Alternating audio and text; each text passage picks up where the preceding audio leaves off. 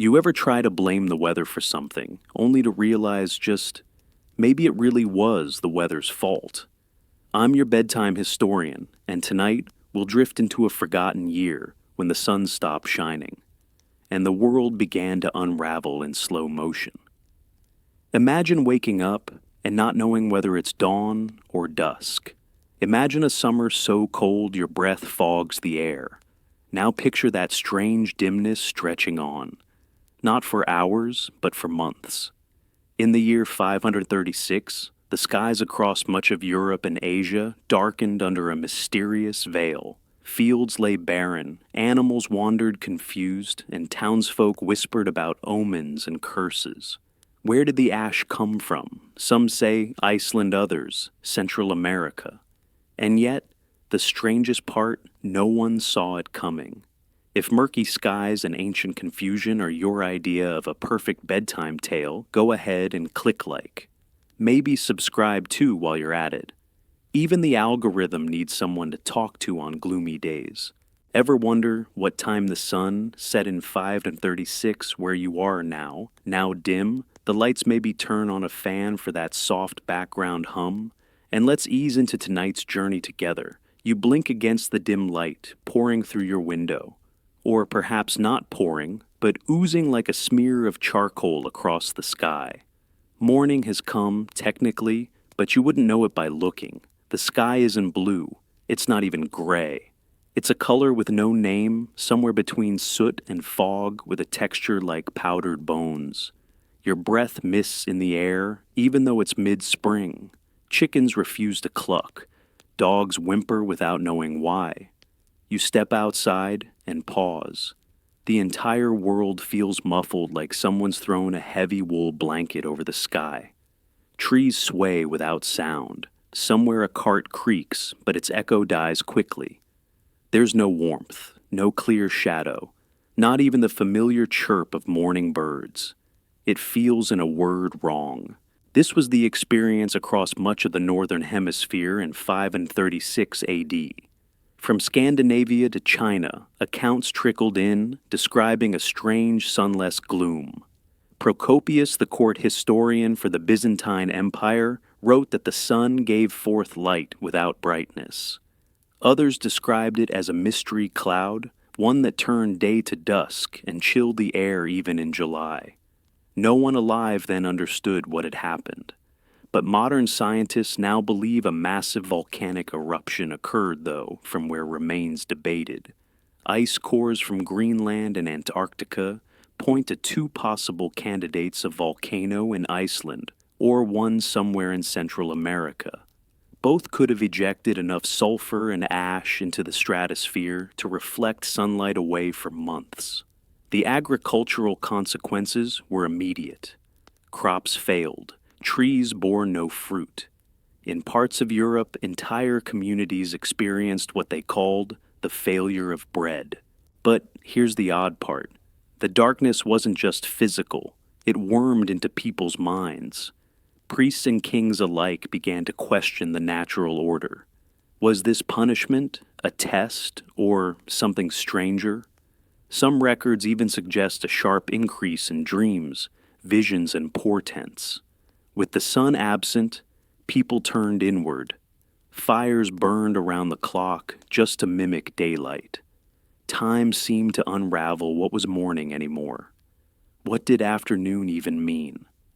The irony, of course, is that the very people who were closest to the sky, farmers, priests, shepherds, were the least equipped to understand it. Some prayed harder. Others wandered into forests hoping for signs.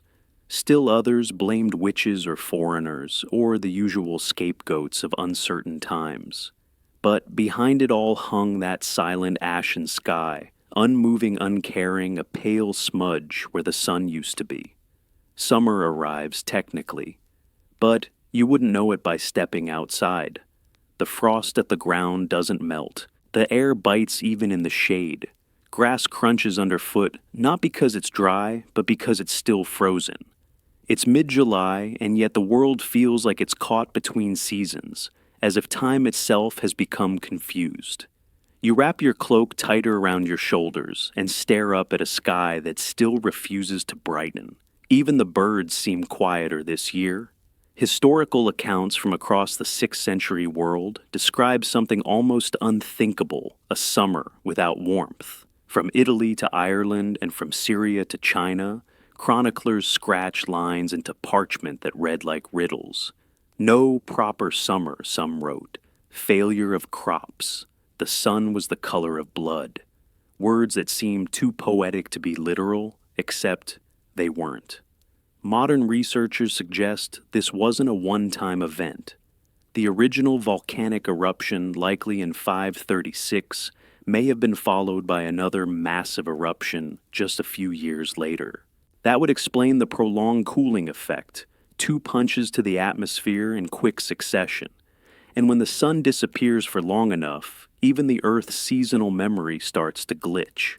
In Scandinavia, tree rings from ancient stumps show a sudden halt in growth. Irish monks noted a failure of bread in the land. Byzantine records mention strange hailstorms and freezing rain. What ties all these scattered accounts together is that they describe not a bad winter, but a winter that overstayed its welcome and smuggled itself into every season. Imagine you're a farmer. You depend on seasonal rhythms, planting in spring, harvesting in autumn. But in 536 and the years that followed, those rhythms failed. Seeds didn't sprout. Flowers didn't bloom. Entire cycles collapsed into confusion. Livestock grew thin from lack of fodder. Families burned their seed grain just to stay warm. The phrase "the year without summer" gets tossed around, but in truth, it was several years.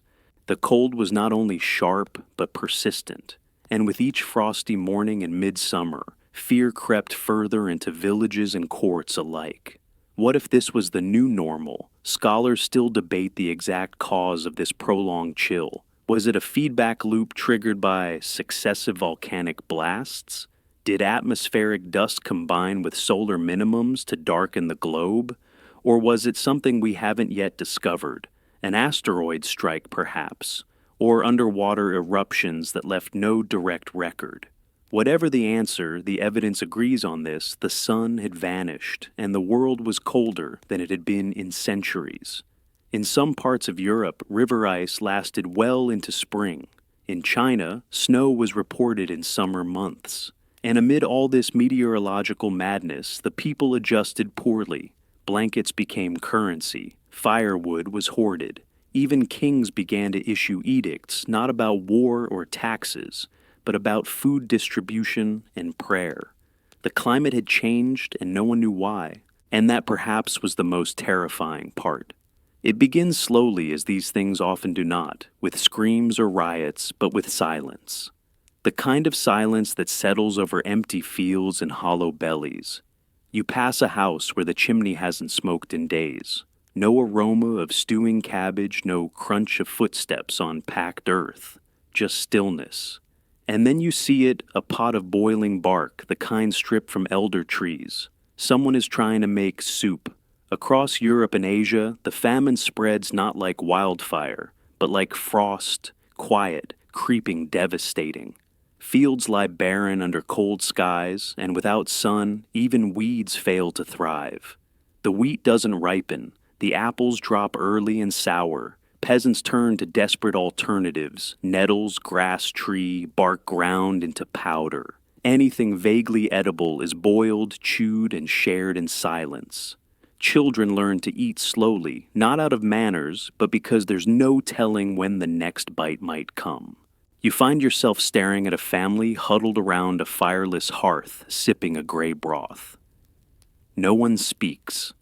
The youngest child coughs, and still, no one speaks. Some stories survive from this time, whispered through generations. One tale tells of villagers chewing leather belts softened in water. Another recalls a traveling monk who found a valley where no animals stirred. Whether these stories are literal or not, they reflect a deeper truth. The lines between myth and memory blur when survival is all that matters. Medieval chroniclers hinted at darker rumors. tales of travelers who never reached their destination, of distant valleys where entire families disappeared. Some suggest cannibalism occurred, but historians remain divided.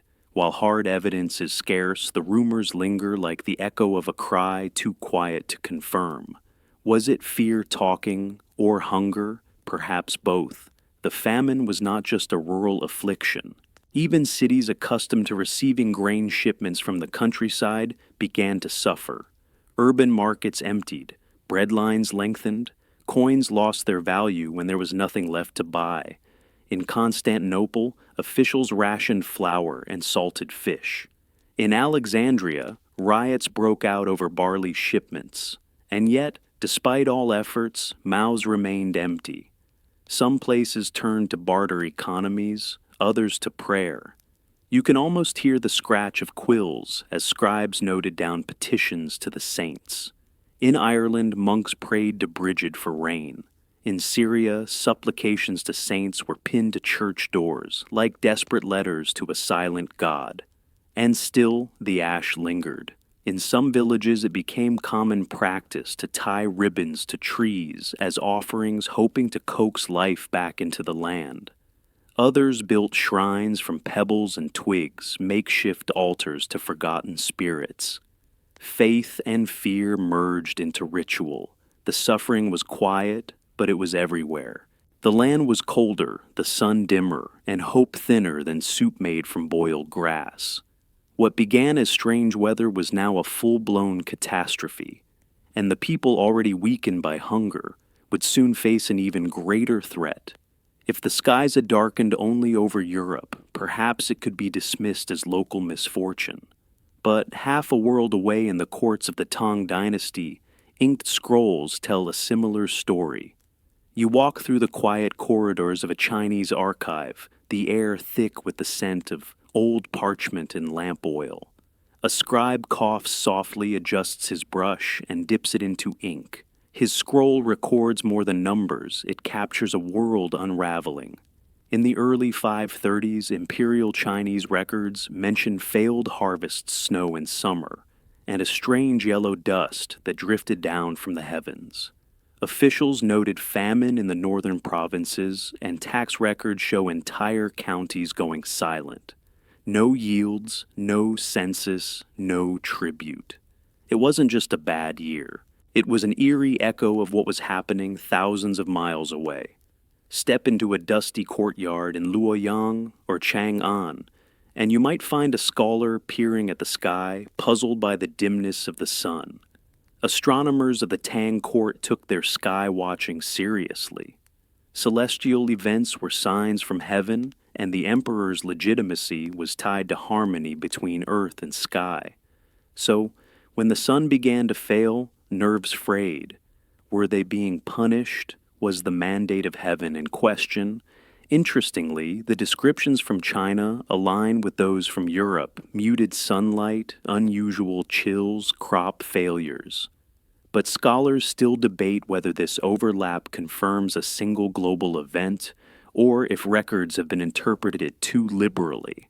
Some argue for a shared volcanic origin, while others suggest coincidental regional disruptions. The evidence is tantalizing, but inconclusive. Still, the similarities are difficult to ignore. A Tang poem from this period laments, "The fields forget their green, the rice its silver stalk. Children search for roots beneath snow." It's poetic, yes, but it reads like lived experience. In villages where millet once grew tall, now only weeds remain. And even those are brittle. There's also a curious detail: a rising number of reports about yellow dust. It coated roofs and stirred anxiety. Was it volcanic ash, loess winds? Or something more mysterious? Scientists lean toward volcanic particulates carried east by jet streams, but no one is certain. Ancient Chinese texts mention celestial omens, sun halos, pale moons, and streaks of fire in the night sky, all suggesting a world teetering on edge. And then there's the human cost. Like in Europe, Chinese villagers resorted to unthinkable diets. Bark roots and once ornamental plants became rations. In the cities, Buddhist monasteries opened their doors to the poor. In some regions, taxes were suspended in extraordinary concession. But generosity couldn't fill stomachs, and the suffering spread. It's striking to imagine these two great civilizations, Rome's eastern remnants and China's Tang dynasty, each battling the same invisible enemy, unaware of the other's plight. A silent catastrophe stitched across continents by wind and dust. In that eerie unity for a moment, empires that would never meet shared a common fate. Cold, hunger, confusion, and the creeping sense that the heavens had gone dark on purpose.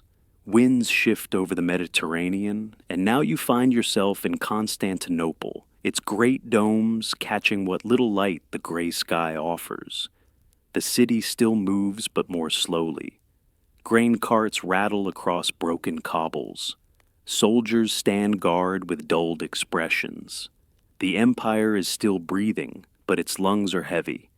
You pass under an arch where banners hang limp, and for the first time, you feel it doubt. The Eastern Roman Empire, known to many as Byzantium, had weathered storms before plagues, invasions, civil squabbles. But this was different. Nature itself seemed to rebel. Justinian the emperor, famed for his towering ambition and legal reforms, now found himself fighting shadows. His armies stalled in their campaigns. Forts were left half-built. Supply lines wavered as regions once productive began to falter. There was no one to tax when fields were barren. Morale plummeted. In border provinces, governors wrote to Constantinople asking for reinforcements that would never come. You ride with a military envoy down a frostbitten road, watching soldiers trade bread crusts for wool scraps. They are meant to guard the frontier, but against what no enemy appears. Only the cold. Historians still argue how much this climatic catastrophe contributed to the empire's troubles. Some believe it was merely a nudge that Justinian's overreach and constant warfare would have strained the empire regardless. Others suggest the darkened skies were the silent hand that pulled it all apart, sapping strength not with sword, but with silence. In the heart of the city, you find the Hagia Sophia, half lit by flickering oil lamps. Priests chant under their breath. A bishop murmurs prayers not found in any official liturgy. Faith persists, but confidence wavers. Some whisper that God has turned his face. Others say it's a test, though they struggle to explain why only the innocent seem to suffer. The bureaucracy tries to function. Edicts are issued. Taxes are recalibrated. But the machinery groans under the weight of uncertainty. Even scribes grow slow, their ink freezing in the bottle on colder mornings. And Justinian himself, he prays in private even as he prepares public declarations of divine order. A man once sure of his vision now writes with a trembling hand. There's a deeper irony here. This was meant to be a golden age. Justinian had reconquered parts of the former Western Empire. He had rebuilt churches' codified laws. His name was meant to be etched in marble, not muttered in worried tones by starving peasants. But nature does not read edicts. It neither obeys nor rebels. It simply continues indifferent. And so, the empire wobbled not with collapse, but with a slow, shivering loss of confidence. Borders blurred, grain stores vanished, and the people began to look not outward toward conquest, but inward toward survival. A city that had once lit the world, now huddled beneath ash-filled skies, wondering whether the sun or the empire would ever return. You've grown used to the cold by now, and perhaps even to the hunger. But something new is creeping into the villages and ports, a sickness that no one can name yet. It begins with fever, then chills, then a silence more final than any frost. You hear whispers in the marketplace, cautious and quiet. Someone's fallen ill in the harbor district. Another collapse near the aqueduct. A woman won't stop coughing, and her husband hasn't stirred in days. In hindsight, historians trace the Great Justinianic Plague to the year 541, but the tremors came earlier. As early as 536 reports began to trickle in of unexplained illness fevers that moved quickly, wasting that seemed to come from nowhere. At first, no one connected it to the weather. Why would they? But the links are clearer: now weakened populations, poor nutrition, crowded cities with poor sanitation, all primed for an outbreak. Disease doesn't shout when it enters a city. It seeps, like smoke under a door. In port towns along the Mediterranean, rumors travel faster than ships. Sailors speak of sick crew members who never left their bunks. Monks report flocks of pilgrims dwindling. In Alexandria, the markets thin not just from hunger, but because people begin to avoid each other. A cough becomes a warning, a sneeze, a death sentence. No one understands what's happening, but everyone feels it coming. Some scholars suggest that the early famine years created ideal conditions for the plague to take root: malnourished bodies, stagnant water, and vermin that thrived in warmer, more humid microclimates. Rats fleas and fleas upon fleas, each carrying invisible riders like black seeds of suffering. But again, nothing was clear in the time. People didn't see bacteria, they saw divine punishment. The first major wave of the plague would not erupt until 5 years later in 541. But here in the chill of 536, the kindling was already being laid. A child coughs beside you as you walk past a church. A beggar lies still on the steps. Two merchants argue over whether to keep the bathhouse open. It's not fear of the cold. It's something worse, something they can't name. Historians remain divided on the direct relationship between the environmental collapse and the plague's spread. Some argue the famine made bodies too weak to resist. Others propose that the ash-filled skies changed insect behavior or pushed rodents into human settlements. Still others claim it was all a tragic coincidence. But no one denies that by the time the plague arrived in full force, resistance, physical and societal, had already eroded. There's an eerie calm before the real disaster. You stand at the edge of a village listening. The birds are gone. Even the crows seem quieter. You'd think people would be talking, preparing, gathering. But instead they drift past each other like shadows, too tired to worry, too cold to panic. They've survived the dark, they've weathered the frost. But now, something invisible is coming for them, and it doesn't need clouds to kill. The sky is still the color of old linen, but today you meet someone who remembers when it was blue. A man in a robe more parchment than person greets you outside a crumbling monastery. His name is John of Ephesus, a bishop, a chronicler, and by sheer circumstance a witness to the dimming of the world. He doesn't speak in panic. His voice is level low, worn smooth by repetition. He has told this story before, perhaps too many times. You sit with him under the sagging roof, the faint smell of damp stone in the air. He describes the years when the sun forgot how to shine. John wrote of a year without light, of crops that failed and skies that seemed coated in lead. His words, recorded in Syriac, have puzzled translators for centuries. Some read despair in his tone, a chronicler cataloging the unraveling of creation. Others find a strange calm, even resolve, as if he were saying, "Yes, this happened. Yes, we endured." One phrase he uses still haunts scholars. The sun darkened, and its darkness lasted for 18 months. Was it metaphor, poetic exaggeration, or the only language available to someone watching the natural order decay?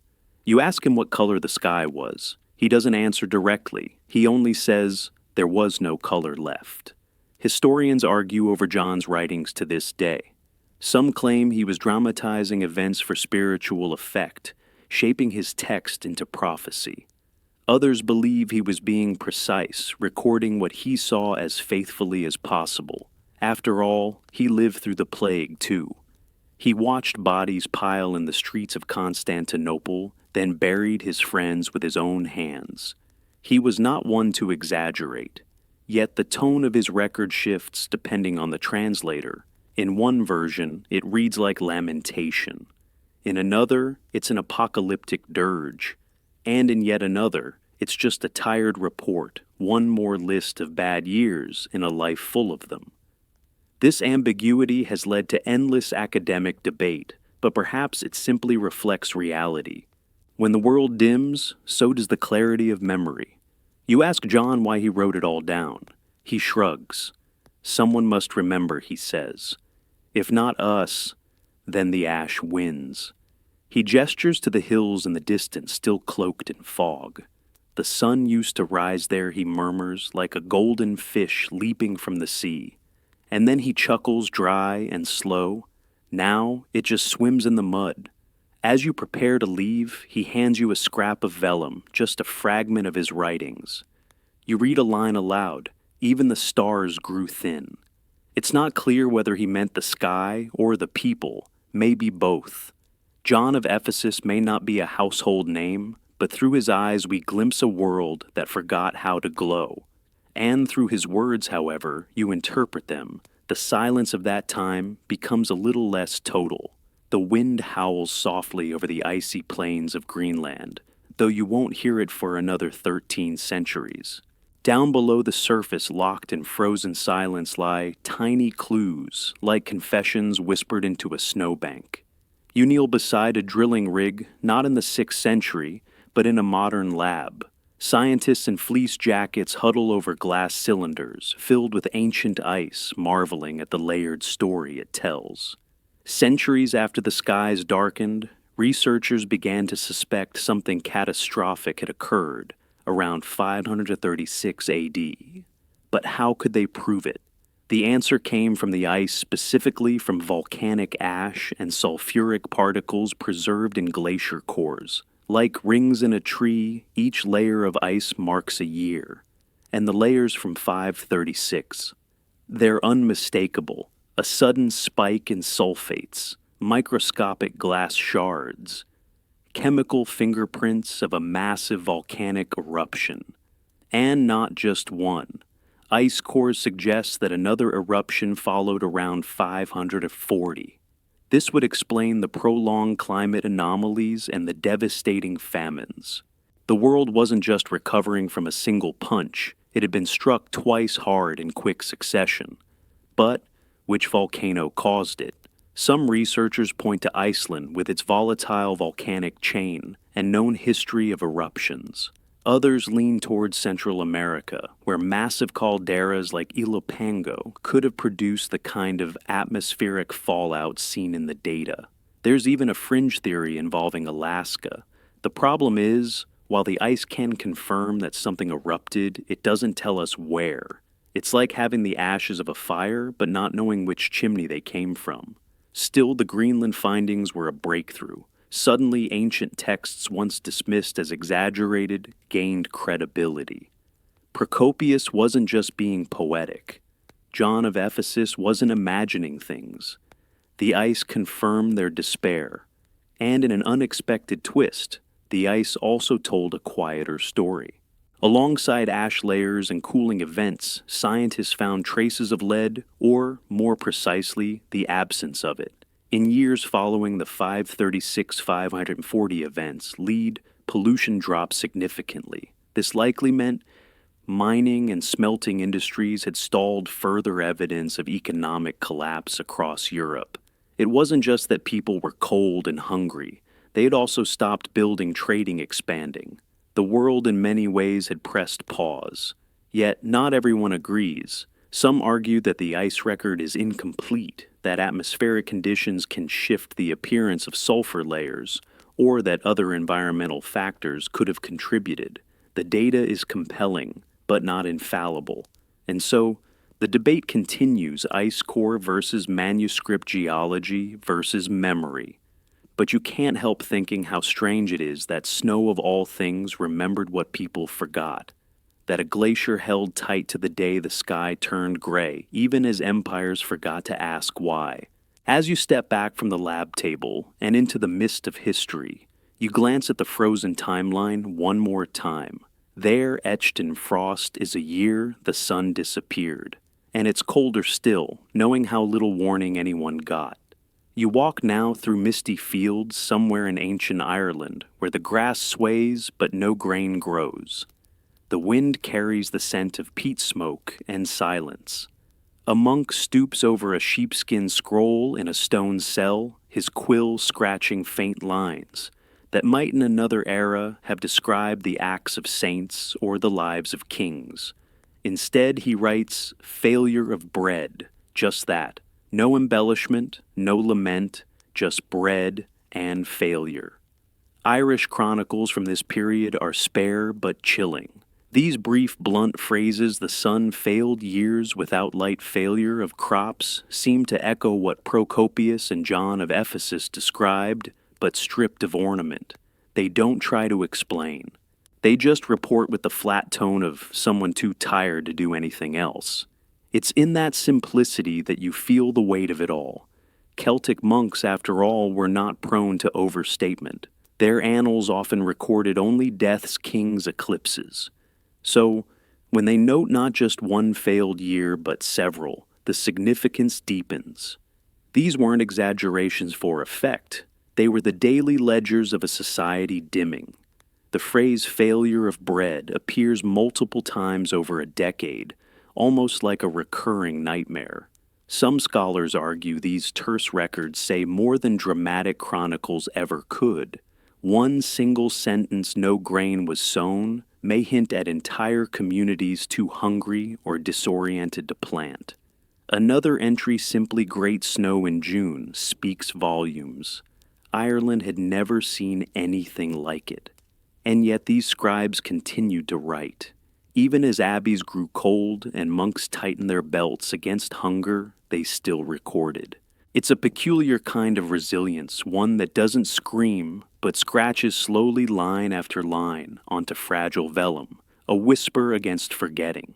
Interestingly, some of these records also include mentions of celestial events, halos around the sun, blood-colored moons. Again, nothing overtly apocalyptic, just small, unsettling observations. And this pattern of nature misbehaving matches eerie parallels in other parts of the world. You begin to wonder, did the Irish monks know they weren't alone? Probably not. Communication was slow, and Europe's regions were often more isolated than connected. But maybe they sensed it, that the sky above them was the same dim dome stretched over Constantinople, Luoyang, and Damascus. And there's a curious comfort in that thought, that even in deep isolation people were enduring the same thing, a global shiver, a planetary pause, separated by sea and language but united in cold and confusion. You trace the monk's final line of the day. His ink has grown faint. Maybe his candle burned low. Maybe he paused from hunger or sorrow or sleep. Whatever the reason, he stopped mid-word. And centuries later, we're still reading that half-written thought, trying to imagine the rest. Sometimes history speaks in loud proclamations, and sometimes it whispers from the corner of a stone cell, "There was no bread, there was no light," and still someone wrote it down. The markets are quieter in the Middle East too. Not silent life always finds a way, but different. You stroll through a Persian town where dates hang limp on trees that should be flush with fruit. Merchants blink at the sky, unsure whether to unpack their goods. A muezzin calls for prayer under a sky that's neither day nor dusk, a smudged palette of beige and lead. Even time seems confused. Records from the Sasanian Empire and surrounding regions showed that this dimming wasn't just a northern phenomenon. Across Persia and parts of the Arabian Peninsula, chronicles note abnormal weather withering crops and a sun that gave little warmth. These weren't frost-covered lands, yet even here the rhythm of life faltered. Calendars shifted awkwardly. Festivals arrived too early or too late. Farmers spoke of wandering seasons where spring wore a winter's coat and summer forgot to bloom. In one Babylonian text fragment, a priest writes of the shadowed days and of barley fields that sulk beneath a gray dome. It's not poetry, it's warning. Some historians question the reliability of these regional sources. The records are sparse, often secondhand, but others argue that even silence is evidence when normally chatty court scribes stop detailing royal banquets and begin recording grain shortages. Something has clearly gone wrong.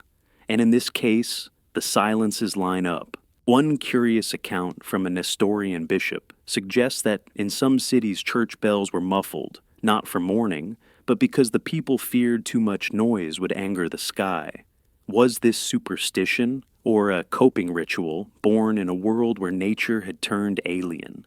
Even the famed Persian gardens, once marvels of geometry and greenery, began to lose their symmetry. Gardeners complained of wilting cypress and drooping roses. Elite families accustomed to strolling through cool, perfumed air found only dust and disappointment. Wealth couldn't buy sunlight. Tensions naturally increased. In areas reliant on irrigation and precise harvests, such disruptions were disastrous. Disputes over water rights grew more common. Tribes once at peace began to shift territories. Trade routes, especially those dealing in perishables, faltered. And though the records don't describe outright collapse, there's a slow unraveling in the margins. Even astrology, so central to Persian culture, turned uneasy. Court astrologers, faced with unreadable skies and erratic stars, hesitated to make predictions. Some even resigned. What could they forecast when the sun itself was unreliable? One strange phrase begins to appear across various sources: clouded judgment. Was it metaphorical or literal? Did the sky's opacity truly affect how people made decisions, or was it a way of explaining erratic leadership and rising anxiety? Scholars disagree, but the timing is suspiciously aligned. You reach the edge of town as a sand-colored fog rolls in. It's not a dust storm, but something denser, heavier. You pause, watching others do the same, each person unsure whether to continue their task or simply wait. Across climates and kingdoms, one thing remained constant: the fog. It blurred not just vision, but certainty. Not just sunlight, but sense. The sky has been dim for years now, and the people begin to wonder, was this it? Not just a bad harvest or a passing storm, but the end of everything. You walk into a small village chapel in Gaul, where candles flicker nervously on a makeshift altar. The priest isn't preaching. He's listening, eyes wide, lips trembling, as a barefoot traveler rants about signs and stars and the book of Revelation. All around, apocalyptic murmurs grow louder. In cities and hamlets alike, groups gather in barns, in caves, and ruined temples. They chant, they fast, they wait. You pass a child drawing in the dirt, a beast with many horns surrounded by falling stars. Her mother doesn't stop her. A spiritual panic spreads, not like fire, but like fog. Slowly, thoroughly. One moment you're watching someone cross themselves before eating bark stew. The next, they're kneeling in a circle of stones, whispering that the end is written in the sky. Apocalyptic sects had always existed on the margins. But now, with failed crops and blackened skies, their warnings feel less like fantasy and more like memory, something people had simply forgotten to fear. Scrolls once tucked in monastery corners are now passed around like maps. People count earthquakes, hailstorms, and crooked moons like puzzle pieces of divine judgment. Religious scholars continue to debate how much this apocalyptic fervor was driven by climate. Some insist the fear was theological, first rooted in Scripture. Others argue it was unmistakably environmental, when even the sun hides what else could it mean but judgment. And there were leaders willing to answer that fear.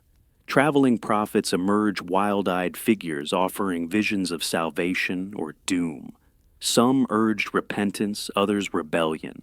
A few declared themselves the final messengers. Most were ignored. Some were followed, a rare few were feared. In Jerusalem, the fasts grew longer. In Alexandria, temple ruins saw new visitors this time for secret midnight prayers. In the mountains of Anatolia, a small sect climbed higher each week, seeking the last clean sky. They never found it.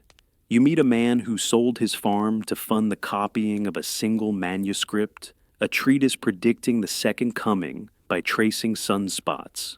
He offers you a page. It's nonsense, but his eyes glimmer with hope.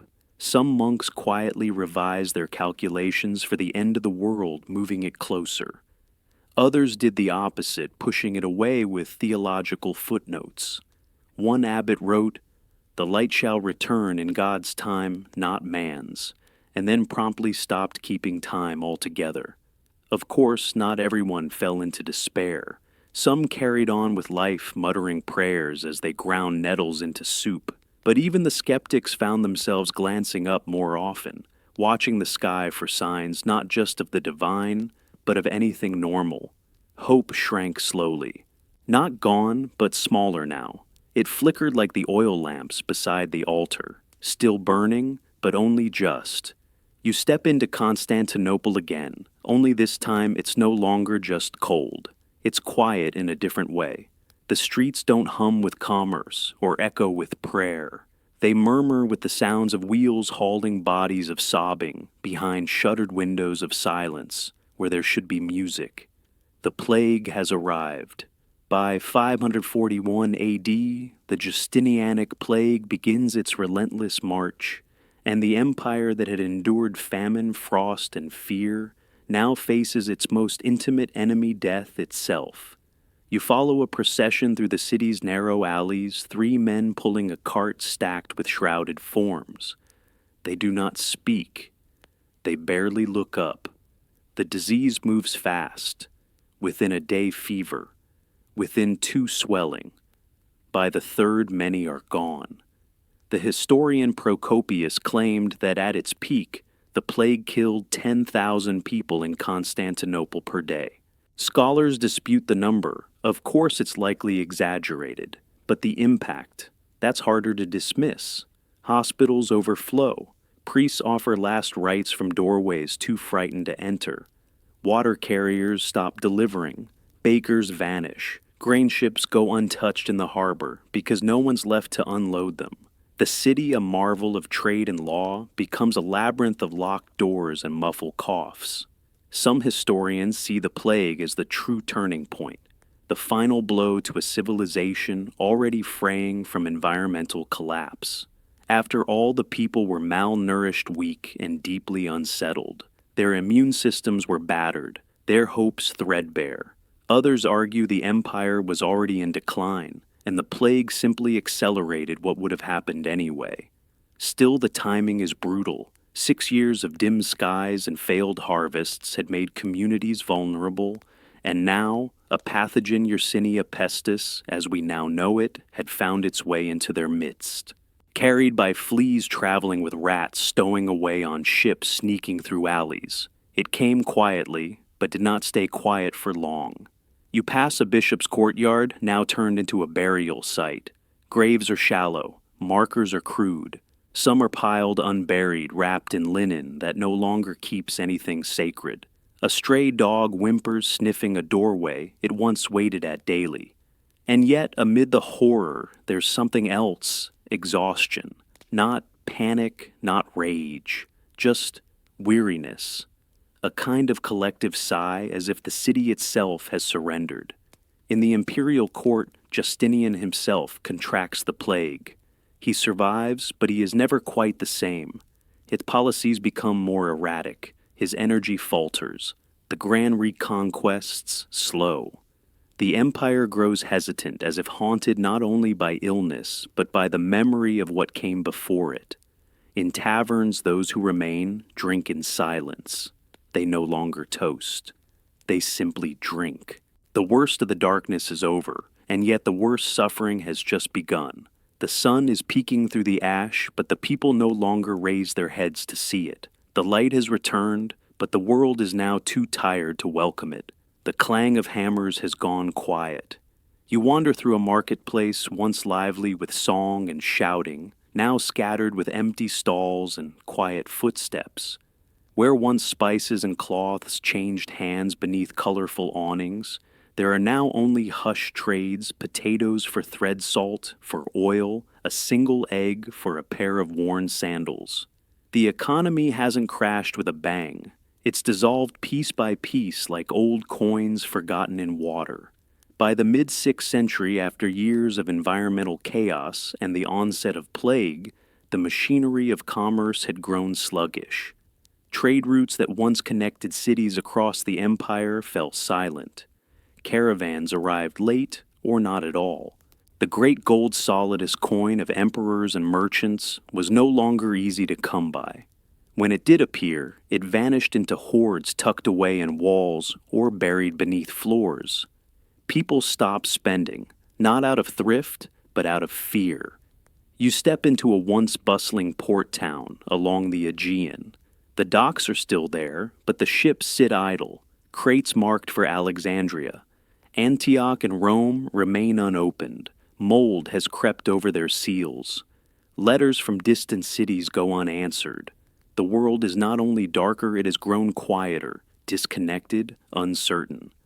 Archaeological evidence confirms the shift. In layers of soil dating to the late 530s and 540s, fewer imported goods appear, pottery fragments decline, coins become rarer. Even luxury items, glassware, ivory, dyed cloth, disappear almost completely from once wealthy homes. Some scholars argue this reflects a simple economic contraction, a natural correction. Others believe it signals a deep fracture, a societal retrenchment in the face of existential fear. In response, communities turned inward. Villages that once relied on outside grain began baking coarse bread from whatever they could find. Urban centers shrank. Trade fairs faded. Local markets became barter zones, and a sack of dried beans might be worth more than a silver coin. And then there's the cultural shift. A merchant class once proud of its reach, its exotic wares, its far-flung contacts now found itself increasingly irrelevant. What use were silk and cinnamon when your neighbor hadn't eaten in 3 days? What was gold if it couldn't buy safety? In some towns, records show a rise in localized currencies, lead tokens, carved sticks, even shells. Makeshift economies grew up out of necessity, born of a world no longer connected. And it wasn't just material trade. Ideas too slowed. Fewer manuscripts traveled. Fewer letters survived. The great conversations of scholars and theologians faltered under the weight of survival. Yet, there's resilience here too. In a small village square, you watch as 2 farmers swap eggs for wool, nodding solemnly. A baker shares a bit of her sour bread with a mason who's helping repair her oven. No coins change hands, but something else does continuity. Even when gold lost its glimmer, people still found ways to build, to share, to endure. Not prosperity, but persistence. In the absence of wealth, they began to trade in something harder to measure trust.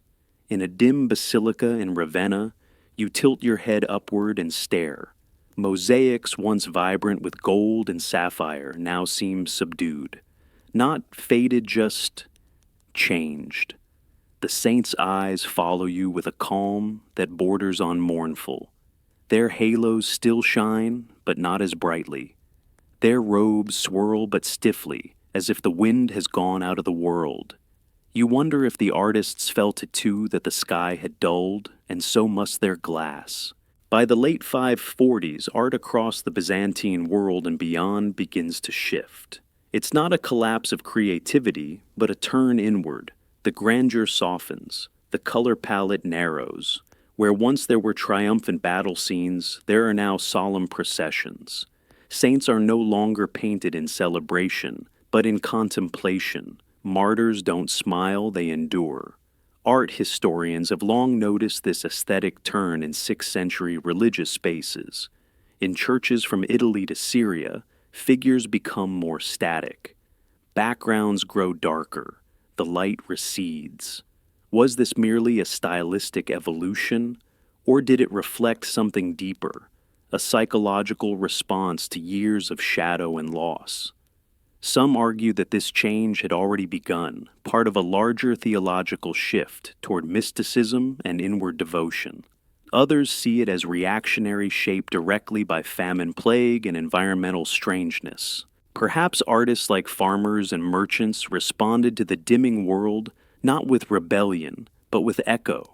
You visit a chapel in Antioch, where the apse mosaic newly installed depicts not Christ in triumph, but Christ weeping. His feet rest on cracked earth. The lambs around him look up, not in awe, but in question. The artist signed his name at the bottom, but only a first name, and even that half hidden behind a vine. Elsewhere, decorative motifs begin to vanish. Ornamental patterns become simpler. Colorful frescoes lose their luster. Some walls are left unpainted altogether, as if the effort no longer felt worth it, or perhaps as if silence itself had become sacred. Even in illuminated manuscripts, the change is visible. Margins once filled with florals and beasts now stand empty. Letters are plain words tightly packed, not rushed but restrained. The beauty is still there, it's just quieter. You begin to notice a new aesthetic, the reverence of survival. Not glory, but grace under grayness. A scholar you meet calls it the theology of endurance. Art, she says, became a mirror not of heaven's glory, but of earth's struggle. And in doing so, it offered comfort, not answers, but solidarity. Still debate continues. Was this intentional commentary, or just resource scarcity, fewer pigments, fewer skilled hands, less demand for splendor? Historians can't quite agree. But as you stare into the stone-tiled eyes of a 6th century martyr, you feel something that transcends argument. They don't look victorious, they look tired, but they're still here, still watching. And that in a world darkened by ash and doubt was perhaps the most powerful statement an artist could make. You step outside and notice it before anything else, the light. Not full and golden, not triumphant, but clearer. For the first time in years, shadows stretch properly along the road. The frost clings to rooftops, but you sense it will melt by midday. People stand in doorways, longer not to shiver, but to see. They're blinking not from smoke, but from sunlight. By the year 550, reports suggest the skies had finally begun to clear. The ash dissipated, the clouds lifted. The world long held hostage by dimness and cold was letting go. Crops sprouted again, though cautiously. Fruit trees tested their blossoms. The seasons once scrambled began to right themselves. Not perfectly, but enough to give people pause and maybe even a breath of relief. You walk through a field where barley shoots have pushed through dark soil. A farmer kneels beside them, not praying, but watching. He doesn't smile, not quite, but there's something in his face that says, perhaps. Still, the recovery was not immediate. The scars lingered not only in the land, but in the people. Birth rates had dropped, villages had emptied, trade routes remained fractured, and spiritually the world had grown more solemn. Sermons were still apocalyptic. Music stayed in minor keys, and children had never known a normal sky. Scholars continue to debate how close humanity came to true collapse. Some argue the 6th century crisis pushed multiple civilizations to their edge. Others suggest that, while severe societies proved surprisingly resilient, what's clear is that 536 to 550 marked a period of extraordinary disruption, environmental, economic, and emotional. Even now, evidence from tree rings and ice cores confirms the depth of that chill. And yet, records from the later 550s show rebuilding, roads repaired, crops replanted, cities cautiously celebrating festivals again. The world didn't snap back, it stitched itself slowly one season at a time. In the Eastern Roman Empire, Justinian attempted a revival. Though weakened by illness and war, he pressed forward with reforms and construction. Churches rose again, their domes catching honest sunlight. In the Far East, the Tang dynasty stabilized, weathering the earlier shocks with bureaucratic persistence. Even in Western Europe, monastic communities began expanding once more, scriptoriums humming back to life, copying not just gospels, but the chronicles of what they'd survived. And that's the curious thing. The memory of those dark years didn't fade quickly. In Ireland, scribes marked the return of normal weather, with caution as if afraid it might vanish again. In Syria, Christian writers reinterpreted the ordeal as a spiritual test. And in Greenland's ice, the record remains frozen silent, precise, waiting for us to look. You stand now at the edge of a sunlit hill, eyes closed, feeling warmth against your skin. A child nearby laughs at something, nothing important, just a beetle in the grass. But the sound carries, and you think perhaps this is what survival sounds like. Not triumph, not clarity, just life happening again in light. But even light has its shadows. And centuries later, in a distant corner of the world, the skies would darken once more, not slowly, but in a single thunderous breath. You step onto Sumbawa Island in 1815, long before the world knew the name Tambora. The air is humid, but still.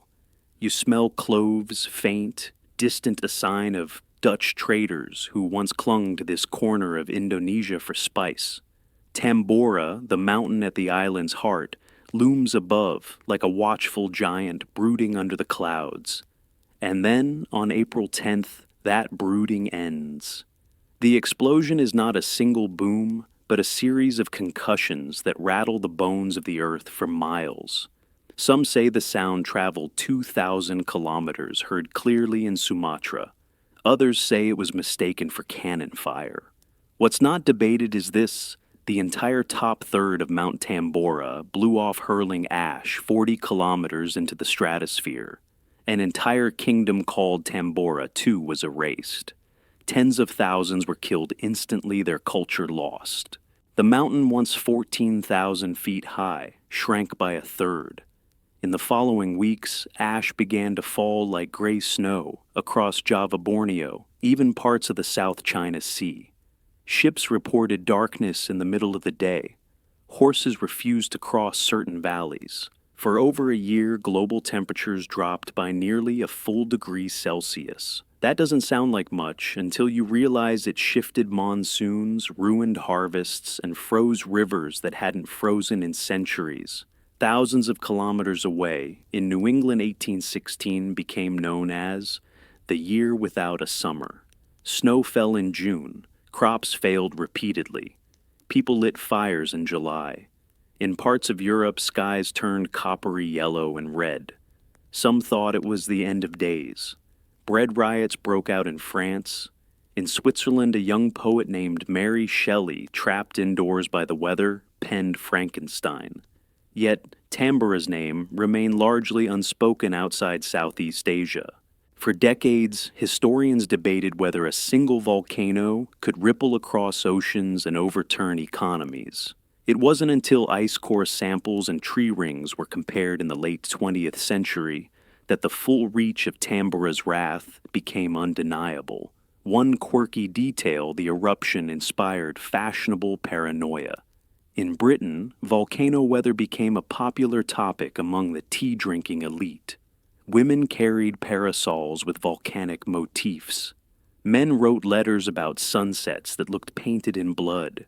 Still, not everyone agrees on the exact causal links. Some scholars argue that El Niño or pre-existing crop diseases may have worsened the famines. Others point to how slowly news traveled, how long it took before anyone realized what had truly vanished wasn't just a mountain, but a memory of stability.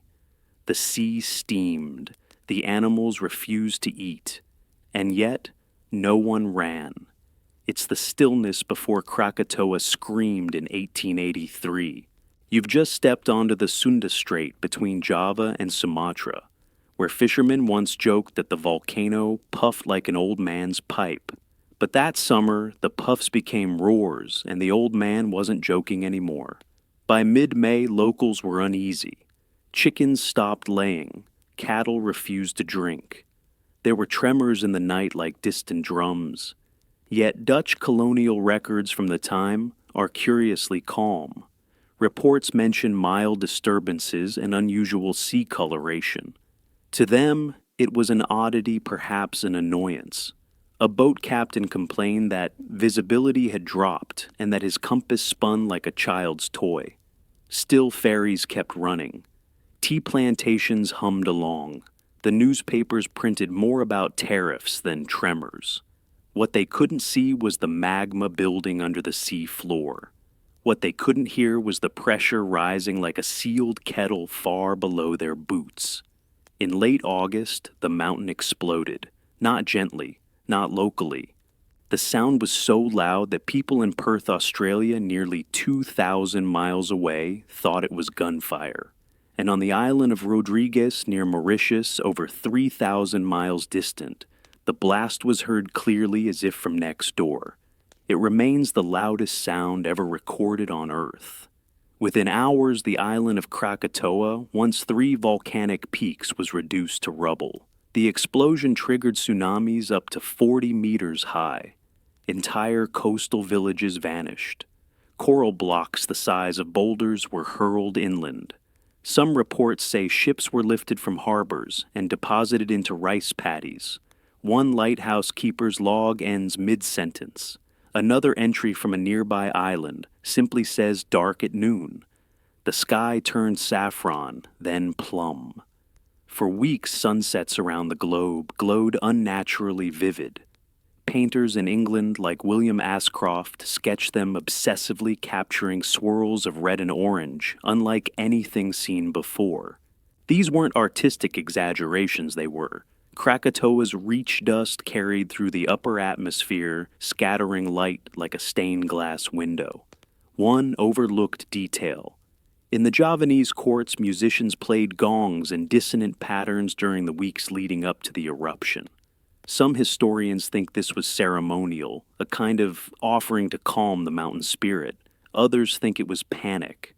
Still, the Dutch dismissed these rituals as quaint superstition, not early warning systems.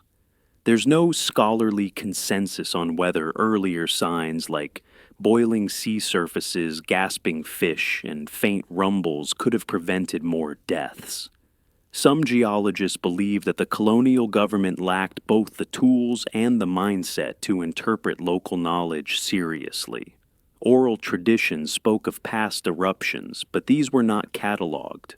One modern researcher remarked, they ignored the memory of the land in favor of the maps they brought with them. And so, Krakatoa vanished, but its scream echoed, not just in sound but in silence, a reminder that sometimes the signs are there. We just don't hear them until the mountain is gone. Far to the north, beneath low gray skies and fields veiled in mist, another volcano stirred but slowly and with a different kind of menace. You're in Iceland now, in the year 1783. There's no single explosion, no monstrous scream, just months of steady choking breath from a crack in the earth called Laki. Unlike Krakatoa or Tambora, Laki didn't erupt once it bled. For 8 months, lava flowed like black syrup across the Icelandic plains. Gas hissed from fissures, forming a toxic fog that the locals called the mist hardships. It wasn't fire that brought suffering. It was what the volcano exhaled. You wander past shepherds coughing blood, past horses that stumble and collapse. Crops wither where they stand. Iceland loses nearly a quarter of its population, not to fire or falling rocks, but to famine and fluoride poisoning. The livestock die first, then the people, and still the Laki fissure steams and spits. But Laki's reach didn't end at the sea. That same gas cloud traveled across the North Atlantic and settled over Europe. In Britain, the summer of 1783 became infamous for its dry fog, a strange sulphurous haze that reddened the sun and stung the eyes. People described the sky as a dull, smoky yellow. The fog didn't lift for weeks. In France, peasants found their wheat fields stunted. Livestock behaved strangely. The Seine dropped so low in some areas that barges ran aground in midstream. Some villagers, confused and frightened, rang church bells to chase the demons they believed were hiding in the air. Benjamin Franklin, ever the experimenter, wrote about the mysterious haze from his post in Paris. He proposed that it came from a volcano in Iceland, an idea dismissed by many of his European peers as unlikely meteorological poetry. Today, most scientists agree he was right. But some debate remains. Was it just Laki, or a combination of eruptions and early industrial smoke? One quirky ripple record show a spike in nosebleeds reported in German medical journals that summer.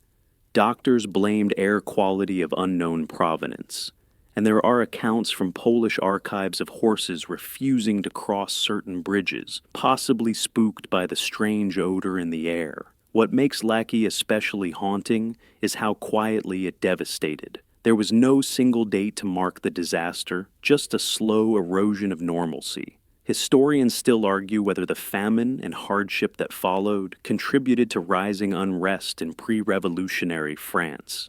It's tempting to connect the choking summer skies with the boiling public mood. Bread prices rose, trust in leadership fell, and 5 years later, the Bastille crumbled. But the connection isn't certain. Some researchers insist the socio-political climate of France was already too volatile for weather to tip the balance.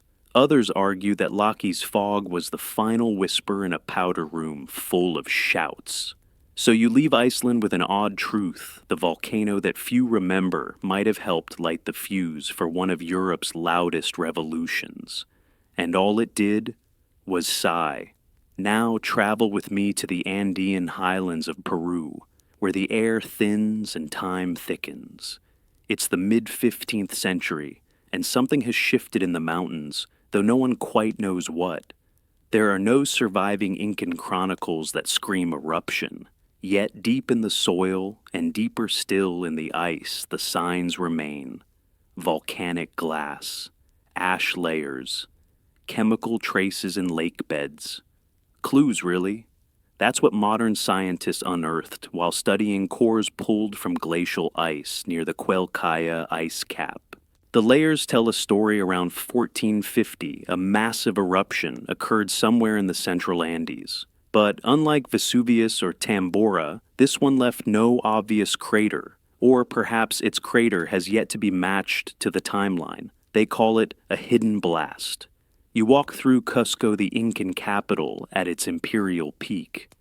The stone streets are clean. The empire stretches far, but whispers grow. Harvests are thinner. A dry season extends just a little too long. Royal messengers ride more often. Scribes etch tablets with reports of unrest in the north. It's here that the mystery unfolds, not in smoke and fire, but in silence. Just before the Spanish arrived, the Inca were already weakening. Some scholars believe the hidden eruption cooled the region enough to disrupt farming cycles. Others note a strange increase in military activity during this time, suggesting food shortages may have triggered local rebellions. Or perhaps the emperors once seen as divine were blamed for the sky's sudden chill. One forgotten detail: archaeologists discovered emergency granaries built hastily during this period, tucked high into cliffs difficult to reach. Inside, they found parched maize and dried guinea pig meat, suggesting preparation for a siege, or perhaps for long famine seasons. The builders never returned to claim them. But there's disagreement about causality. Some researchers argue that civil war and succession disputes, especially between the sons of Emperor Pachacuti, better explain the instability. The volcano might be a red herring, they say, a smudged note in the margins of a larger imperial drama. Yet even they admit the timing is curious. The mystery blast seems to coincide with a period of cultural disarray, where Incan astronomy becomes slightly less accurate, and ritual calendars grow erratic. Could ash in the upper atmosphere have obscured the stars? Some point to sudden shifts in sacred festival timing, a celestial calendar nudged off axis. And so, without lava rivers or falling stones, a volcano may have stirred the winds of conquest. By the time Pizarro arrived in the 1530s, the empire was already fractured, already suspicious of omens. The conquistadors brought steel and horses. Yes, but perhaps they were aided by an invisible ally, a mountain that had erupted in silence, leaving behind no legend, only a colder sun. Step now into a city frozen in time, Pompeii. 79 AD. Not the moment of its burial, but the moment before. The air is thick with the scent of bread figs and wine-soaked streets. The people go about their lives, oblivious to the monster stirring in the distance. You're walking through a day that has no idea it will be remembered forever. Mount Vesuvius was considered just another mountain back then, verdant, quiet, and unremarkable. Even the Romans, meticulous as they were, did not know it was volcanic. Some locals had vague folk tales about an angry fire god, but most chalked up the occasional tremor to the whims of the earth.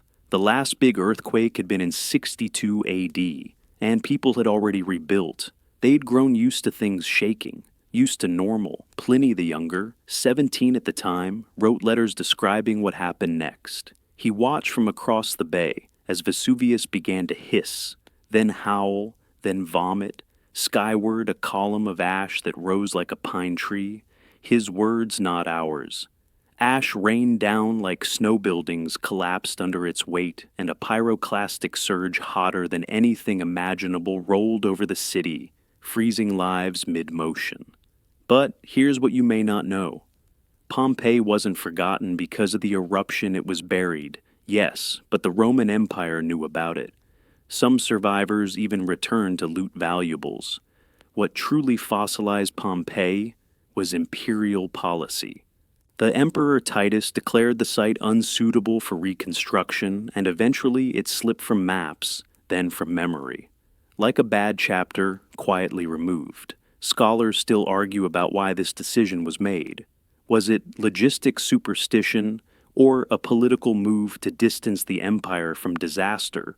We may never know, but what we do know is that this event became the prototype, the Roman blueprint for how to not handle urban catastrophe. It wouldn't be the last time a city was left behind, but it might be the most poetic. One oddly charming detail, as excavators dug centuries later, they found a loaf of carbonized bread still in its oven, stamped with the name of its baker, Celis, a man whose daily routine now survives him by millennia. Other quirks wall graffiti declaring love, political slogans for a Senate candidate named Papidius, and mosaics with jokes about drinking too much wine. These weren't tragic figures, they were living, laughing citizens caught in a moment. And yet there's still debate. Some scholars believe Pompeii's sudden end caused ripple effects in Roman trade routes, especially in Campania's wine and fish sauce industries. Others argue the empire was too vast to notice the economic blip. But there's agreement on one thing. Pliny's account gave the world its first real glimpse of a volcanic event in real time. So, as you leave Pompeii's ashen embrace, remember, sometimes it's not the eruption that matters most. It's how the empire decides to remember or to forget. Now, drift east to Kyoto, Japan, where spring once arrived late and strangely dim. The year is 1108, and the court poets are unusually quiet.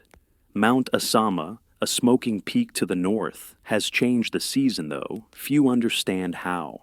It isn't violent like Tambora or prolonged like Laki. It is subtle, unsettling, and sorrowful. Rice seedlings falter in the paddies. The cherry blossoms bloom half-heartedly, then fall too soon. Officials blame a heavenly cold, and offerings are made to appease distant ancestors. But behind the rituals, worry grows. This is an empire built on balance of seasons of harvests of social order. When the sun fades, that balance stumbles. Historical records from Japan's Heian period describe black rains and a persistent haze.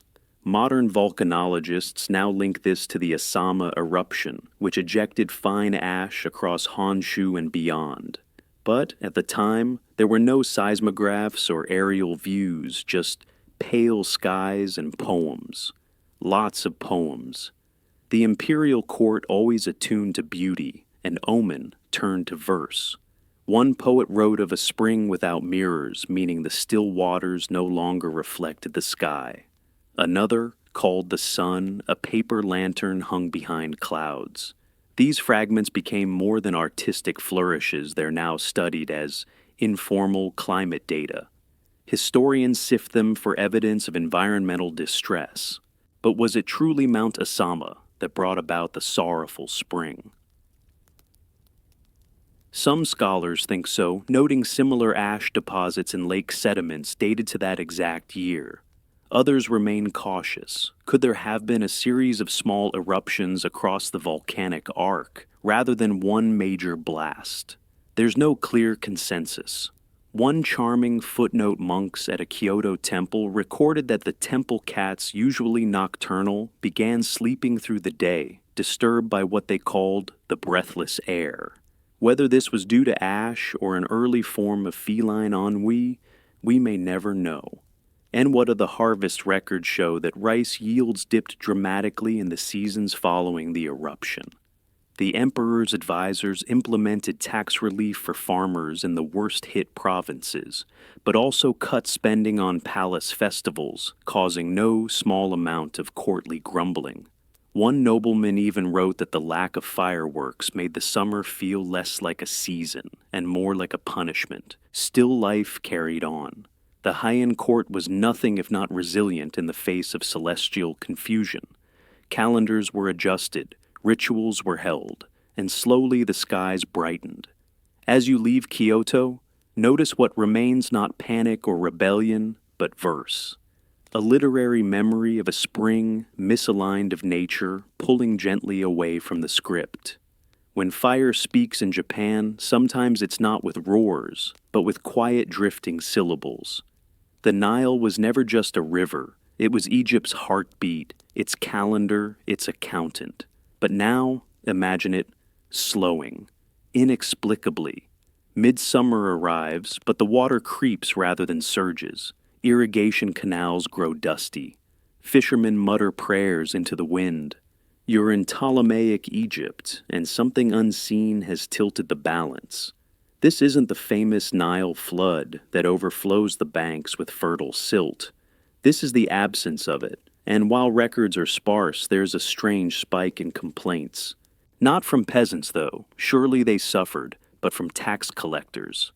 Papyri from around 247 BCE show a flurry of grievances, protests, and hasty appeals. The barley fields have not wet. Fishermen report dry nets. The village cannot pay in kind. What caused the Nile to fail its rhythm that year? Some modern climatologists propose a little-known volcanic eruption, possibly from the tropics. These distant blasts can alter monsoon patterns, which in turn affect the Ethiopian highlands, where the Blue Nile begins its descent. If the rain falters there, Egypt feels it months later. But here's the twist, while the farmers prayed the Ptolemies taxed. There's no definitive edict blaming acts of gods or offering relief. Some historians argue the dynasty seized on natural disruption to tighten control. Others believe they didn't understand the link between climate and empire. After all, volcanology wasn't in fashion. One curious note, astrologers in Alexandria charted strange fluctuations in planetary motion, that year Jupiter stalling Mars, moving oddly retrograde. These were taken as portents, yet no one connected the sky to the vanishing river. Or, if they did, they kept quiet. This was an empire ruled by divine kingship. Admitting divine displeasure was not career safe. There's scholarly debate, too, over which volcano might have caused it. Ice core data suggests a mid-3rd century BCE eruption somewhere near the equator, perhaps in Central America or Southeast Asia. But the culprit remains unconfirmed.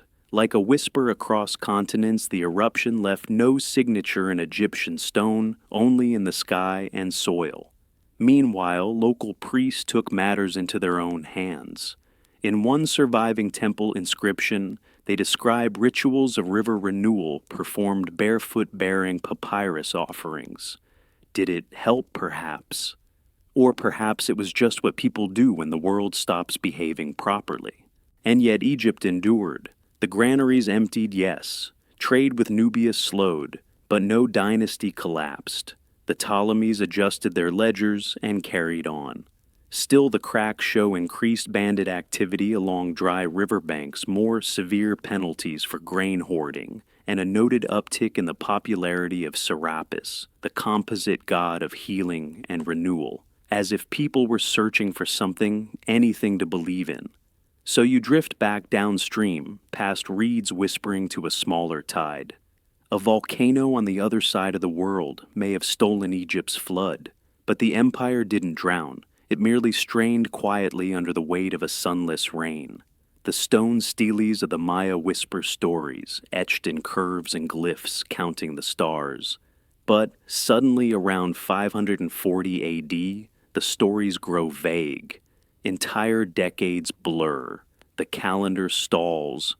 You walk through Copan or Tikal and notice the record keepers have left blank spaces where years should be. It's as if time itself forgot to show up. Historians once assumed this gap was political. Perhaps scribes were censored, or maybe a rival dynasty simply stopped recording. But modern researchers propose another culprit ash, specifically from a large volcanic eruption somewhere far beyond the jungle canopy. While the volcano's name is still uncertain, evidence points to Ilopango in modern-day El Salvador. Its massive eruption, one of the largest in the last 2,000 years, coincides eerily with the Maya silence. Ilopango's blast is estimated to have blanketed the region, with ash disrupting sunlight weather and likely visibility of the night sky. For a civilization whose calendar depended on precise astronomical tracking, that's no small problem. If priests couldn't see Venus, how could they predict war or planting? If the constellations were lost behind soot-gray haze, how could they mark sacred festivals? Some stelae from this period grow unusually poetic, almost evasive. One refers to the sky that forgot itself. Another mentions the moon hiding from its own face. Are these metaphors, or subtle admissions that the heavens had gone dark? One curious archaeological find supports the disruption theory. A cluster of observatories built with unexpected angles as if recalibrated. The architecture bends awkwardly compared to earlier, more symmetrical alignments. Some scholars believe these were desperate attempts to correct for celestial confusion, to find the stars through shifting veils. But debate remains. Not all Maya cities experience the same gaps, and some flourish during this time. Could local politics explain the silence better than ash clouds? Or did Ilopango's effects vary, depending on geography and wind? There's even speculation that scribes didn't stop writing, but wrote in materials that didn't survive. Some fragments on bark paper from remote regions hint at continued record-keeping, just not in stone. The absence then might be one of visibility, not silence. And yet, the myth-making persisted. In later codices you find references to the time when gods went blind and the days without shadows. These phrases suggest cultural memory of strange sky behavior, possibly tied to the aftermath of a global eruption. One peculiar note in one ceremonial tomb, a ruler is buried with a mask, showing not his face but a blank circle. No eyes, no mouth, just smooth obsidian where identity should be. Some interpret it as a symbol of cosmic uncertainty, a ruler who reigned during the years when the stars could no longer guide. So, you stand among the stone glyphs, some crisp, some eroded. A volcano may have made the Maya lose sight of the heavens, but not their poetry. Even in confusion, they carve beauty into time's dark margins. Now you sail north into colder waters where the wind carries salt and sagas. You're on a Viking longship cutting across the North Atlantic chasing trade, or trouble depending on the mood. But something feels off. The sky is too dark for the season. Ice clogs unfamiliar fjords. A subtle shift has gripped the sea, and even the Norse begin to wonder if the gods are displeased. This isn't one eruption, it's a series. Iceland's volcanoes, always simmering beneath their icy roofs, may have let loose several times during the 9th to 11th centuries. Loki came later, but before it, other less documented events shook the sky. The result? A cooling trend across the North Atlantic, where sudden drops in temperature altered everything from sailing patterns to farming cycles. You run your fingers along a birch bark map, kept by a trader from Bergen. It shows ports now abandoned, rivers now too shallow. There are margins scratched with notes.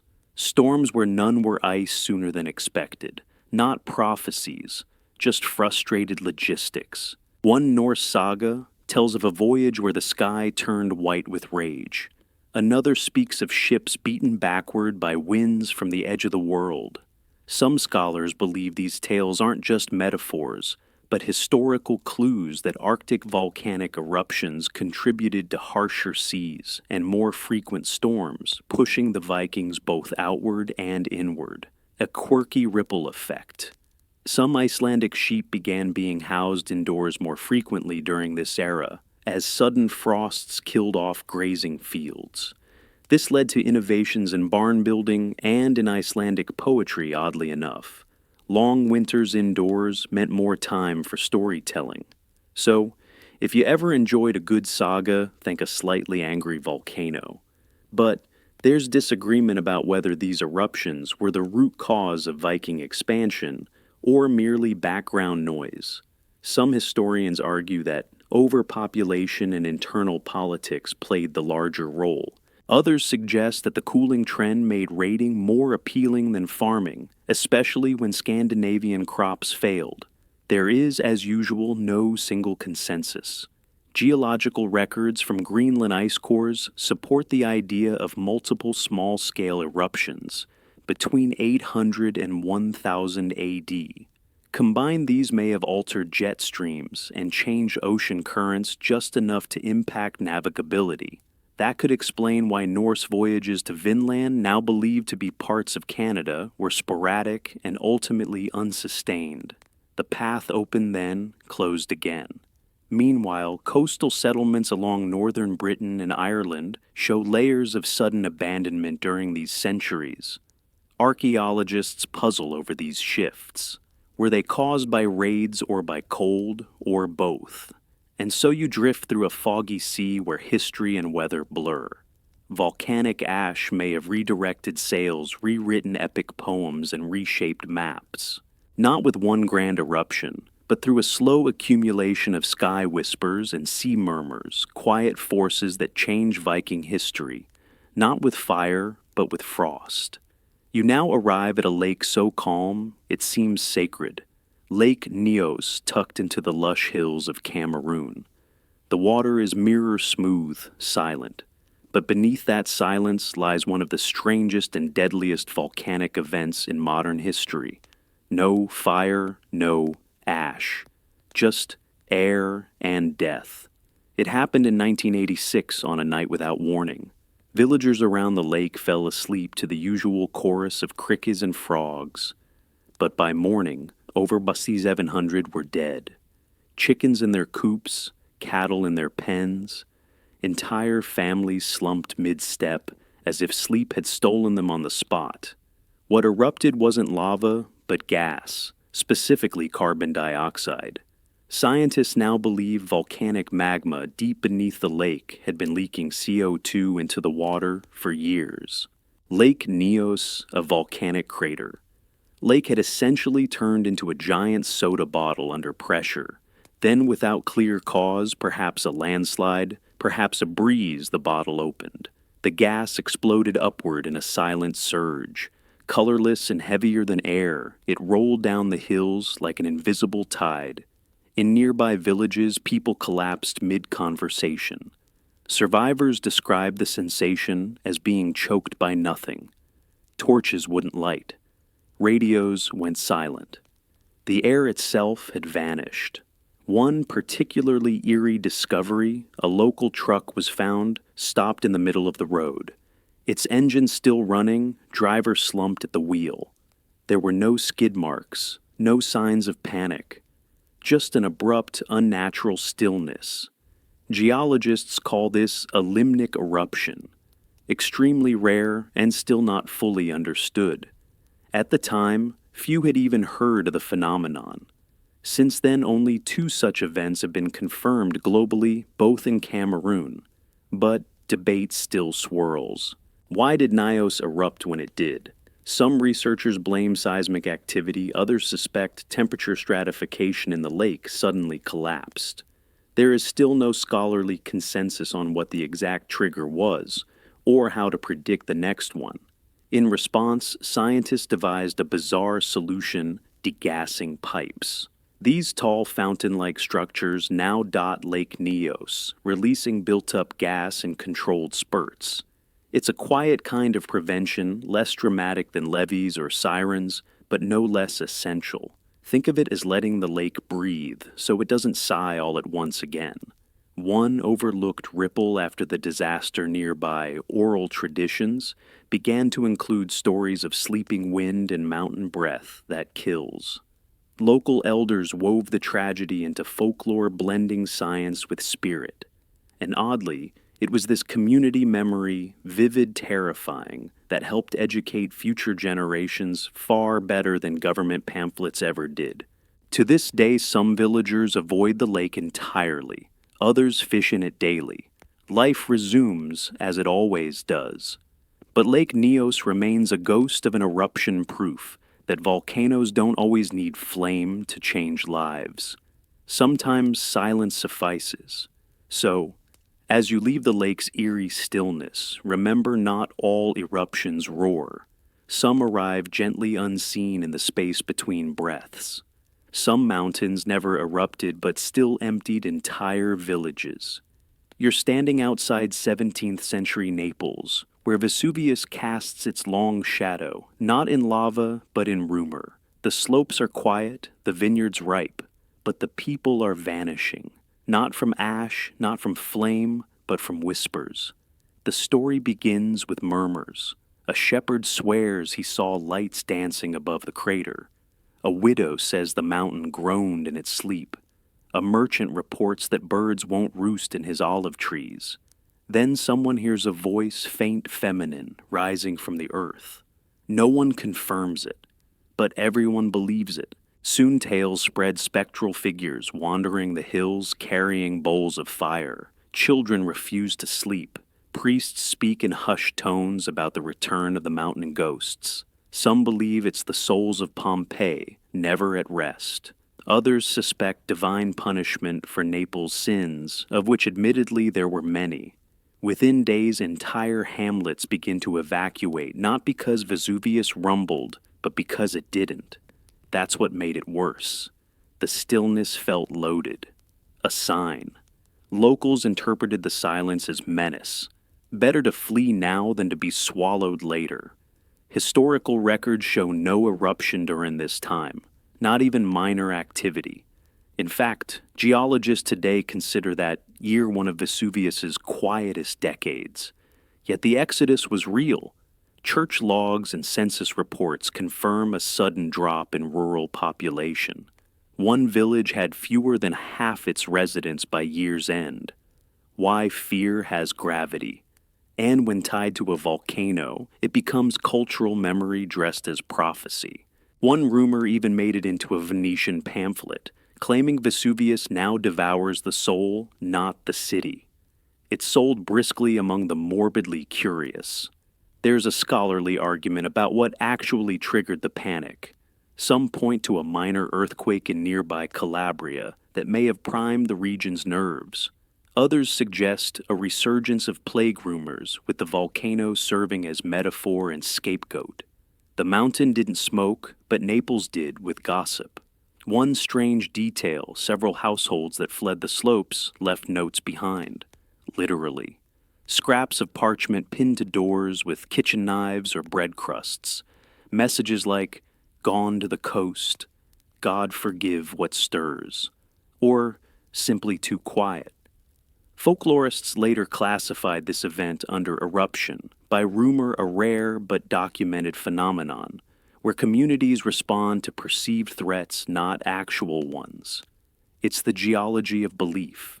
And while it might sound irrational, who's to say it's not a kind of wisdom Pompeii taught them well? Sometimes the mountain does erupt, and sometimes just thinking it might is enough to move entire lives. Years later, when Vesuvius finally did stir again, many of those same families returned. They rebuilt homes, pruned overgrown vines, laughed at their own panic, but none denied they had felt something that night. Something not in the earth, but in the air. So, you leave the quiet slopes of Vesuvius with a thought: not all volcanoes roar. Some simply whisper and wait to be believed. On the Indonesian island of Java, the people live with fire, not metaphorically, literally. Mount Merapi. Mountain of Fire looms just north of Yogyakarta, brooding in plain sight. It doesn't wait centuries to erupt like Tambora or Krakatoa. No, Merapi breathes in, decades, sometimes years. Its rhythms are familiar, and that makes them more terrifying. You stand at the edge of a rice terrace watching the farmers move with surprising calm. They know Merapi is active again. Smoke curls from its summit like a warning finger. But no one runs. Instead, they plant, dig, water. There's logic to it. Merapi's ash enriches the soil. The yields are better here than anywhere else on the island. The mountain gives even as it threatens to take. This uneasy symbiosis has persisted for centuries. Javanese folklore speaks of a fire god who sleeps inside the volcano, needing both appeasement and respect. Offerings are made regularly: flowers, food, folded cloth set in small altars halfway up the slope. During festival days, entire processions climb to deliver gifts. Not out of superstition, but tradition. A pact, really. Colonial records from the Dutch East Indies era show bemused confusion. Officials wrote of backwards practices and peasant rituals, failing to grasp that these customs often aligned eerily well with the volcano's cycles. Local villagers relying on ancestral knowledge evacuated days before eruptions the Dutch failed to predict. But not every cycle is kind. In 1930, Merapi killed over 1,000 people. In 1994, pyroclastic flows swept away entire hamlets in minutes. More recently, in 2010, the mountain flared again, sudden and angry. Ash rained on airports. Lava spilled over containment zones. A beloved local mystic, Imba Marijan, who served as Merapi's spiritual guardian, refused to leave his post. He died in his home praying. His body was found in a pose of calm surrender. There's scholarly debate over whether Merapi's activity is increasing due to tectonic shifts or simply appears more frequent because of modern monitoring. Some volcanologists argue that its dome collapse eruptions are part of a larger regional pattern. Others point to climate factors that may be altering surface behavior. But few argue with this. Merapi is among the most closely watched volcanoes on Earth, and still it surprises us. One lesser-known tradition: locales sometimes mix volcanic ash into ritual ink used for sacred texts. A practice symbolic of balance, the danger etched into the divine. It's a reminder that the volcano isn't just geography, it's identity. So, as you walk through the fields past temples built with blackened stone, you realize the volcano isn't feared here in the Western sense. It's respected, lived with, spoken to. Java's black sun rises and falls with Merapi's moods. And for those who live in its shadow, the fire is both a harvest and a haunting. A cycle not of disaster, but of returning. Legends flare where lava once flowed. Across the world, volcanoes didn't just shape landscapes, they shaped myths. And though the eruptions are long, cooled their stories burn on. You now wander through oral traditions and epic poems where fire-breathing gods and subterranean monsters offer metaphors for molten truth. Begin in Polynesia. On the big island of Hawaii, the goddess Pele rules the volcanoes. She lives in Halema Umau crater, her temper evident in each eruption.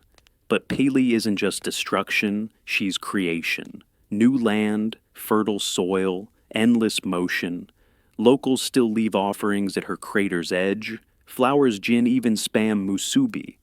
Tourists who disrespect her by pocketing volcanic rocks, for instance, often report strings of misfortune. Postal services in Hawaii regularly receive packages of returned stones with apology notes addressed to Pele herself. Hop over to Iceland, where Norse sagas speak of fire giants and frost rivals clashing in deep earth battles. The volcanic eruptions were interpreted as signs of Ragnarok, the end of the world.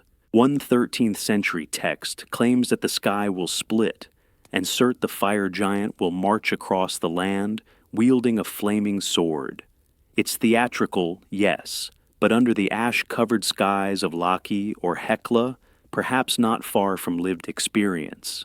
In the Andes, the Inca believed volcanoes were mouths of the earth, speaking in smoke and thunder.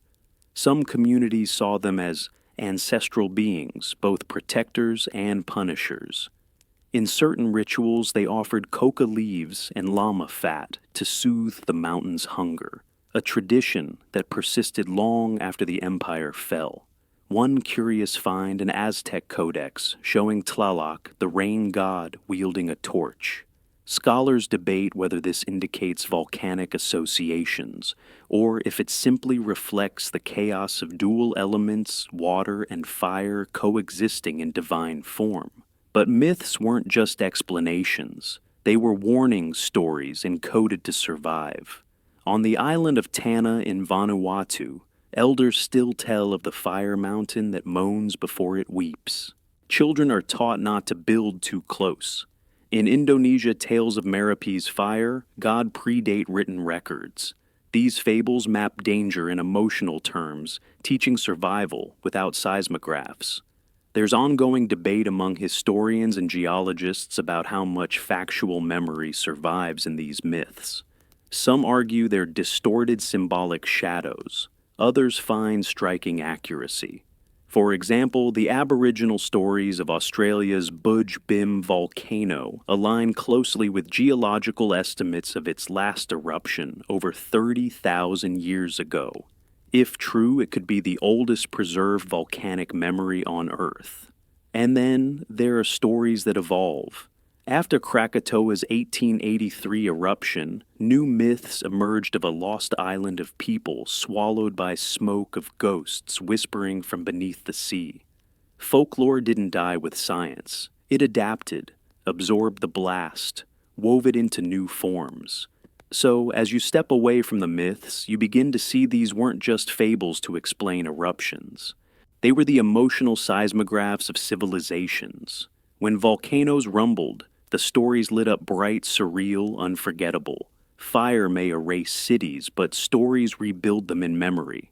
Now, come into the modern era, where the omens fade and the instruments blink. It's the 20th century, and science finally decides to listen to the mountains.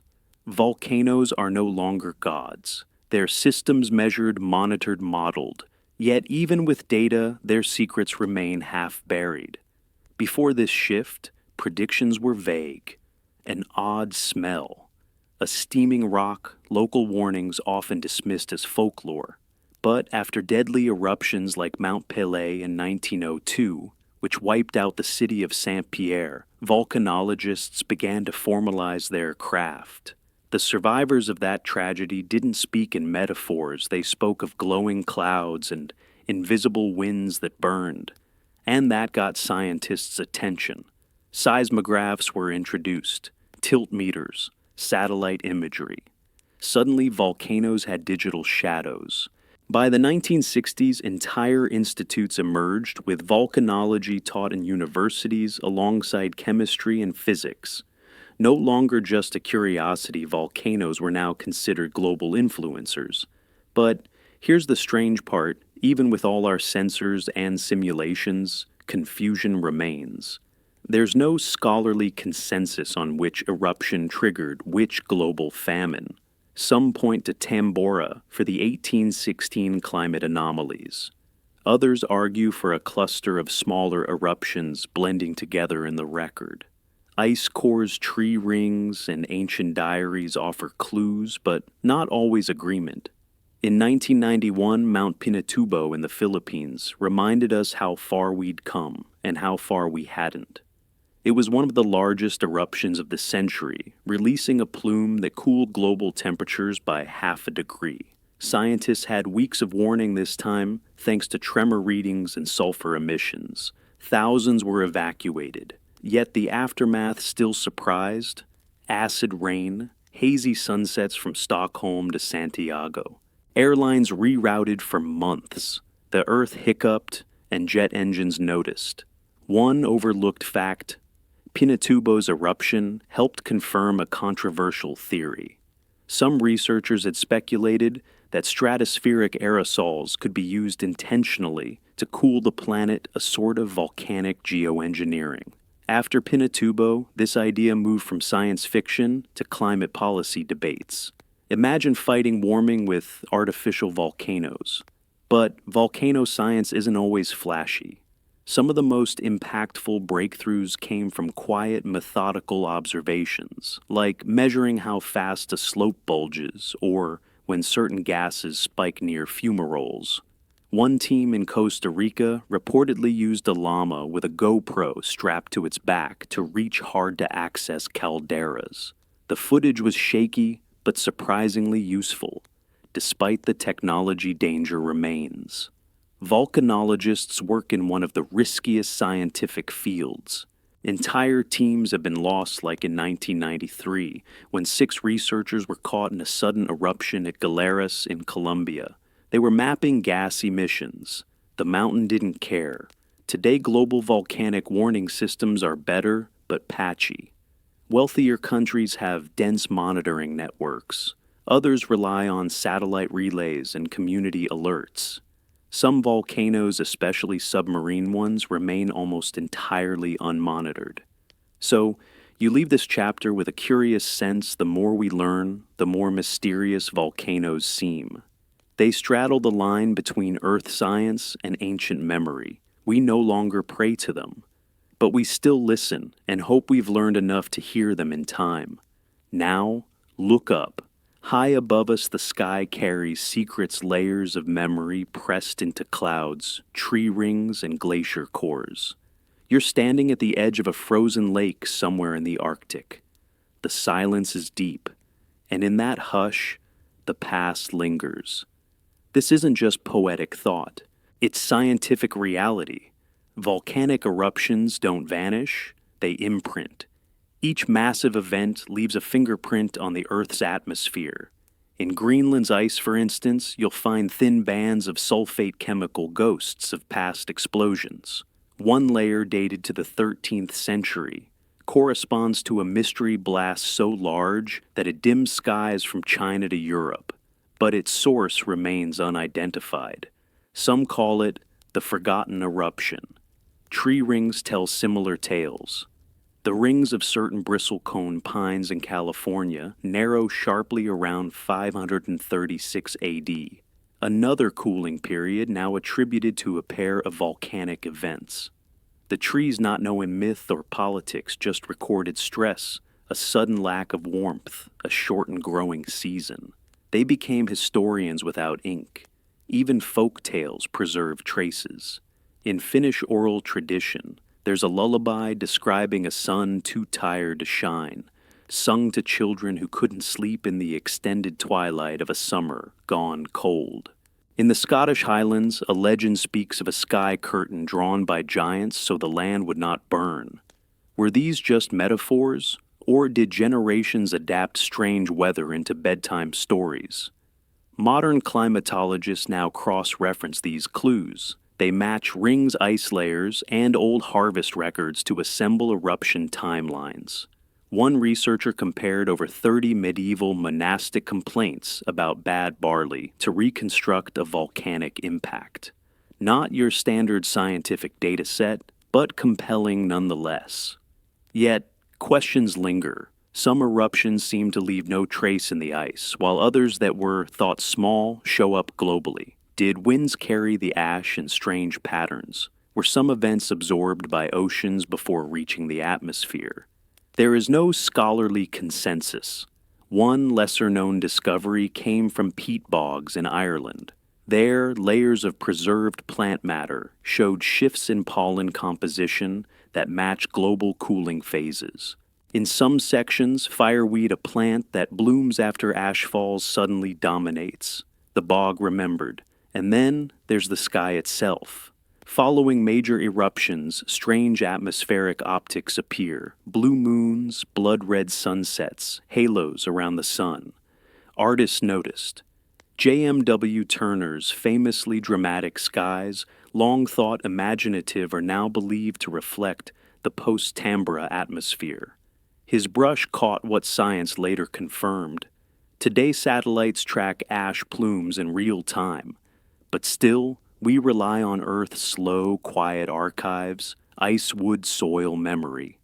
Volcanoes may roar and vanish, but their echoes never truly leave. They live on in patterns and poetry, in rings of silence where growth once stretched tall. So, as you lower your gaze from the ancient sky, you realize the world is still listening. The past smolders beneath snow. The earth remembers even when we forget. And now, with the smoke settled and the last embers of history fading into quiet, we come to rest. You've traveled through vanished kingdoms, darkened skies, and the echo of mountain breaths that altered empires without warning. Across continents and centuries, volcanoes whispered, sighed, and roared, and in their wake, people rebuilt, remembered, and mythologized. Let your mind soften now. Picture the gentle drift of ash falling like snow over silent cities, the rustle of rice fields in the shadow of a sleeping peak, the hush of lake water hiding unseen danger. Even in chaos, the earth moves slowly, recording every tremble, every cloud, every forgotten flame. If this journey helped you rest tonight, feel free to leave a sleepy emoji, and maybe share where you're listening from and what time it is in your corner of the world. Who knows which mountain might whisper next?